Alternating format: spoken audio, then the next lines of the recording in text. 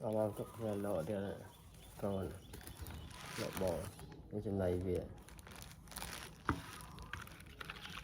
có về tuân hai về này hai về cái chuyện báo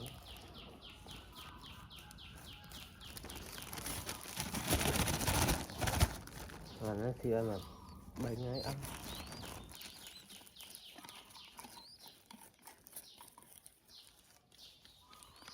mà ngày chi buồn đó hẳn đó đó là lấy kê môn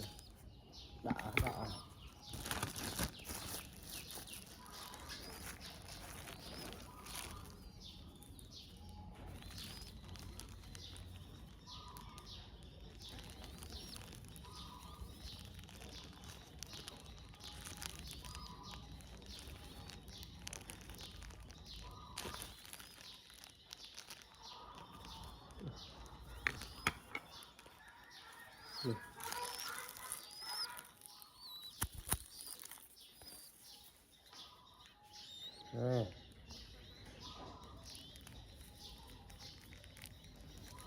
Ồ, xuân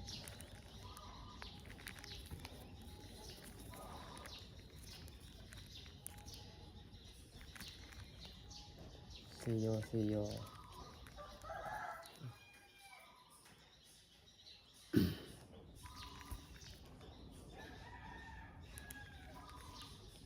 thì em ta mình tí bên kề ai đây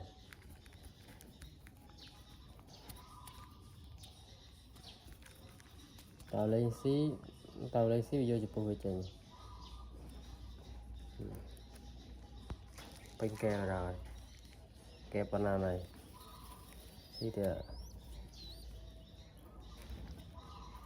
see there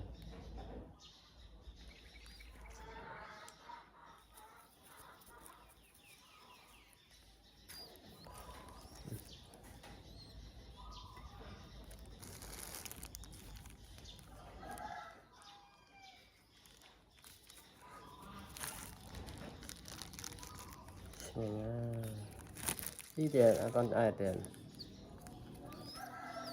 này không